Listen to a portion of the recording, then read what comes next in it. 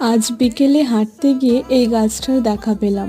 গাছটার নাম জানি না, তবে এই গাছটার সাথে আমার ছোটবেলাকার অনেক স্মৃতি জড়িয়ে আছে। আমরা ছোটবেলায় এই গাছের পাতাগুলো দিয়ে নানা ধরনের গয়না বানাতাম। এই দেখো কতগুলো হার্ট। আমরা আমাদের ছোটবেলায় আমরা মোবাইল পাইনি, সৌভাগ্যক্রমে পাইনি বলেই আজ যেদিকেই তাকাই সেদিকেই ছোটবেলাকার স্মৃতি যেন ছড়িয়ে ছিটিয়ে থাকে। ঠিক এই পদ্ধতি অবলম্বন করলে আজ তো একটা হার তৈরি হয়ে যাবে। না না, এটা সোনা রূপার মতো অত দামি না হলেও এর মূল্য যে কি, যারা আমার মতো ছোটবেলায় এসব নিয়ে খেলেছো তারা তো অবশ্যই বুঝতে পারবে। আমার এই হারটা তৈরি হওয়ার শেষে আমি এনাকে পড়াতে গিয়েছিলাম, তো উনি তো পড়লেনই না, উল্টে হারটাকেই কুচো কুচো করে ফেললেন।